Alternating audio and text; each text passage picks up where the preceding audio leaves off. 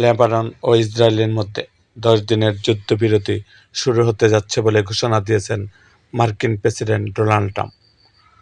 বৃহস্পতিবার 16 April Trump তার সামাজিক যোগাযোগ মাধ্যম ট্রুথ সোশ্যালে লিখেছেন, আমি সদ্য লেবাননের অত্যন্ত সম্মানিত প্রেসিডেন্ট জোসেফ আউন এবং ইসরায়েলের প্রধানমন্ত্রী বেনিয়ামিন নেতানিয়াহুর সঙ্গে চমৎকার আলোচনা করেছি।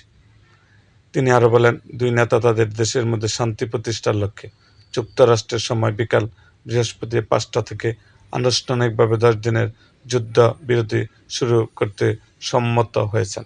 ট্রাম্প জানায়, 34 বছর পর প্রথমবারের মতো মঙ্গলবার ওয়াশিংটনে দুই দেশের প্রতিনিধিরা বৈঠকে বসেন।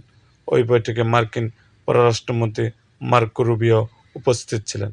তিনি বলেন, স্থায়ী শান্তি প্রতিষ্ঠার জন্য তিনি ভাইস প্রেসিডেন্ট জেডি ভ্যান্স, পররাষ্ট্রমন্ত্রী মার্কো রুবিও এবং জয়েন্ট চিফস অব স্টাফের চেয়ারম্যান ড্যান কেইনকে ইসরায়েল ও লেবাননের সঙ্গে কাজ করার নির্দেশ দিয়েছেন। পোস্টের শেষে ট্রাম্প বলেন, বিশ্বজুড়ে 9টি যুদ্ধ সমাধান করা আমার জন্য সম্মানের বিষয় ছিল, আর এটিই হবে আমার 10ম। চলুন এটি সম্পন্ন করি।